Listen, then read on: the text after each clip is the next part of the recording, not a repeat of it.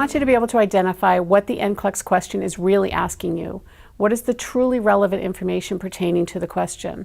What are the key words or phrases to help you answer correctly, and strategies to help you weed out the wrong answers? We want you to utilize the test-taking strategies provided while you practice answering the NCLEX questions.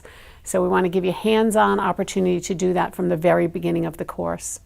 So let's look at about the NCLEX. The NCLEX exam is really testing your critical thinking skills as a nurse, not just your book knowledge. This is really important to remember.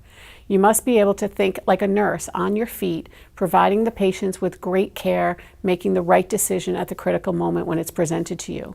Focus on what you do know on the exam, not what you don't know. You're going to have book knowledge and things that are rote memory that you can remember, but you really need to be able to focus on what you do know, certain drugs or certain medications. Just think back and relax. Review all the information that's provided to you on the question. So there may be some relevant information or irrelevant information. Just walk yourself through and review all of the information provided. The bottom line is that determining the priority issue is the most critical, and that's a good majority of the questions on the NCLEX. Many times a nurse is presented with a patient who has a number of issues at the exact same time, and you must be able to prioritize which one is the most critical to address at that time, and what is the priority treatment to provide to that patient. So let's take a look at some test-taking tips. Reducing your anxiety for test taking. Most people are not good test takers. So we have a couple clues or suggestions that you might want to take a look at before you take the exam. Learn to meditate before the exam. Really get your heart rate down, really relax, and become one with taking the exam so that you're not totally freaked out. Imagine successfully answering the questions and passing the exam. What you think about is what you create. So if you feel like you're going to fail, you probably are. We want you to think positively. We want you to get enough sleep. Don't cram the night before. Make sure that you're relaxed and you're prepared. Eat before the exam. If you're hungry, your brain can't focus, and you really need to be able to focus and concentrate to take this exam. Know that you must answer all of the questions and that you can't skip a question and go back. So unless you have to do process of elimination or just do a guess, you've got to do that in order to go forward. The bottom line is really to breathe, breathe, and breathe. If you're not breathing, you're not getting oxygen to your brain. And as most people, we get tense and we tighten up our muscles, and it's not really helping us to relax our diaphragm and breathe. We really want you to be able to practice the exam questions and give yourself 1 to 2 minutes per question. So use your watch or use your phone and test to figure out what 1 to 2 minute feels like. You'd be surprised how long that is, and we always feel so rushed when we're taking exams. And the last tip that we can give you is to really train your brain. Sit down and answer 75 questions at a time. Answering 1 or 2 questions on your lunch break or on your way to work is not going to test your brain and strengthen your brain as a muscle. It really needs to learn how to practice to concentrate, especially if you've been out of school for a while. So that's really key. Test-taking strategies. The number 1 is Maslow's hierarchy of needs. Your physical needs of a patient are going to take priority over your psychological needs. So the patient's airway, their breathing, their circulation, that's going to take more precedence over if a patient is depressed. So keep that in mind when you're answering questions. I cannot stress enough to read the question slowly. Then read your answer choices slowly. We tend to skim over the answer and then we end up getting stressed out because we're missing key words. The next section would be to really figure out what the stem of the question is. What is this question really, really asking me? Look for key words and key phrases. Key words such as most, least, never, always, every. Those are key words to help you kind of identify what the correct answer would be. Look for key phrases. The patient needs more teaching. The patient understands teaching. Those are really going to help you to understand if it's a negative or a positive in the question that you're looking for. NCLEX in the bottom line is testing your ability to prioritize. What is the first, the best, the primary, or the initial treatment that you as a nurse need to be providing? In addition, when they're asking you to prioritize, it's about delegation. What patient is the most priority that would need to go to an RN? What patient just needs to be ambulated that could go to a certified nursing assistant? what patient needs medication that a licensed practical nurse could provide care for. So the NCLEX is going to ask you to prioritize your delegation and prioritize what patient needs the most care when. Look for answer choices as the clue. Oftentimes the odd answer might be the right choice. An example of that is that all medications who are in the answer choices are NSAIDs, but one is a cardiac med. That's probably the choice. Look for opposite answers. Words like increase, decrease, right, left. One of those is usually the answer. You need to know your positions. There's always a few questions about your correct position to place a patient during a particular procedure. In respect to the change of a condition, they have increased blood pressure, they have decreased blood pressure. What position would you place a patient in a semi-Fowler's position? You need to know that material. And keep in mind the nursing process in the questions. What is the question asking me? Is it asking me to assess, treat, or evaluate my patient? And that's going to be key in helping you to answer the question as well. Keep in mind your nursing process as to what the question is asking you. Lesson number 2 is dealing with cultural diversity. There are so many different patients that you're going to have to deal with, and family members, as well as other staff members. So cultural diversity is a huge issue within the NCLEX exam. One of the areas that we want to look at is the disparities of healthcare and health within different groups. It's well known and studied that there are disparities of health given someone's socioeconomic, ethnic, or racial groups. As a nurse, your job is to provide the best care to all possible patients, regardless of their cultural issues or concerns. Cultural competence. The United States is probably the most diverse population of any country. Therefore, you'll be treating a wide variety of patients from many different cultural backgrounds. You must be able to understand and empathize and provide treatment regardless of a patient's cultural concerns, issues, or habits. You must be able to understand and empathize with a patient's cultural issues, concerns, beliefs, habits, and then you must be able to provide a treatment regardless of those issues. You must educate yourself about a patient's cultural needs if you're not familiar with them. If there's a patient with a different background than you've ever been exposed to, you need to learn that for yourself so that you wouldn't do something that would jeopardize your relationship with the patient or your relationship with the family. A perfect example would be organ donation. There's many cultures in which organ donation is very taboo. So you would really want to know that before you went in and asked a family member of a patient who is dying or on life support if they would be willing to donate the organs. Let's go into some cultural competence. There's a young Hispanic doctor who wants the office staff to treat her patients better. She's dismayed when she overhears a staff member say, there should be a law that everyone should speak English in this country. What we want you to think about is how would you handle that situation?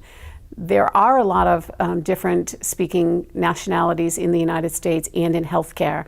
Can we afford to have a translator go in and translate for every single patient who's getting health care? So sometimes this comes down to a use of resources. Another option might be to have a family member who's reliable do the translation. But we also have staff that we're tired. It takes a lot to concentrate and listen to somebody who doesn't speak our language or doesn't speak in the same way or communicate in the same way we do. So you really need to ask yourself, what are my biases about some of the cultural diversity that I'm going to have to work with? Did you know that the U.S. population is about 225 million people? That is the third largest populated country in the world. In addition, the white population is about 63% and it decreases every single year. So the nationalities that are increasing are the Hispanic Latinos, the African Americans, the Asians, and a number of other groups. You need to keep in mind if there's groups that you're not familiar with, you really want to become more educated as to what some of those cultural beliefs are. So we would ask that you really focus on that as you become a nurse and work in the United States. Let's look at legal aspects of nursing. This is critical for a nurse to know what their legal responsibilities are in nursing. Some of the objectives of what we want you to be able to accomplish. It's key for you as a nurse to understand the HIPAA law or act. It's the Health Insurance Portability and Accountability Act of 1996. This act significantly changed the way that the U.S. healthcare system is delivered and the issues that you as a nurse must be in compliance with. You have legal responsibility as a nurse to understand this, and the NCLEX exam oftentimes will ask you some questions relevant to this. You need to be familiar with certain legal words. Negligence is one way a nurse can be sued for improper actions or lack of actions that cause harm to a patient. There are standards of care that are established by the National Board of Nursing and state boards of nursing, as well as every hospital and healthcare setting has their own policies and procedures that you need to be familiar with, because that's going to be the level of standard of care that they expect you to provide to your patient. So let's go through a couple types of torts. Assault and battery are one type of torts. Assault is the threat of committing a harmful force, physical force on a patient. If you, for example, if you don't take these medications, I'll force them down your throat. I know that sounds absurd, but in fact, nurses have been overheard saying those things. In this day and age, when nurses are stressed, they're overworked, they're short-staffed, they're working with challenging patients or challenging families, you do lose your patients at some point in time occasionally. Hopefully not to this level, because the nurse could be sued for assault. For battery, it's a physical touching against a patient's will. So holding a patient's wrist too tight or their chin when you're trying to give them medication. If anything left a bruise, you could in fact be charged with battery. And patients oftentimes are taking blood thinners that make them bruise much easily. So you need to really be considering when you're touching a patient, how firmly you're holding a patient or touching a patient. The next one would be false imprisonment. It's the unlawful restraint of a patient against their will. Preventing a patient from leaving a certain area, such as their room. If you left a patient without a wheelchair or walker or crutches, you are in fact false imprisoning them in their room. They have no way to get out. I know that might seem a little extreme, but you really need to think about a nurse saying, well, fine, I'll be back, and then not realizing that the patient doesn't have any way to get out of their bedroom. Defamation of character. Statements are made by individuals that cause harm to another's reputation. Oftentimes that could be if you're making a statement against a coworker, or you're making a statement against a boss, or you're making a statement against a family or family member. That could be a problem and could be perceived as defamation of character. Invasion of privacy and confidentiality. This is where the HIPAA law, the HIPAA Act really comes into play. They're critical legal and medical issues. The patient has a right to expect that their property will be left alone. In addition, you're not above the law if you give out any information about a patient without their consent to a family member, to other healthcare providers, or to the media. If a patient has not given you signed consent to share any information about their health care, you are not allowed to do that. This is where HIPAA is most important and most stringent. You cannot be talking about a patient anywhere where someone can overhear you. You can't be talking about a patient in the cafeteria at lunch, where someone just passing by could overhear you. You can't be talking about patients in an elevator. Those are the obvious places where people think that they're not being heard. So really keep in mind about the confidentiality. And if you're not up on that, then you need to make sure you get up on that. Malpractice, this is always the biggest concern for healthcare providers, not just for nurses. You fail to provide proper healthcare treatment, professional negligence, there's that word again, negligence, that leads to substandard treatment and results in an injury to a patient. Perfect example would be an OBGYN who doesn't make a decision to do a cesarean if the mother or the baby is in distress. They can be sued for malpractice. They didn't make that decision.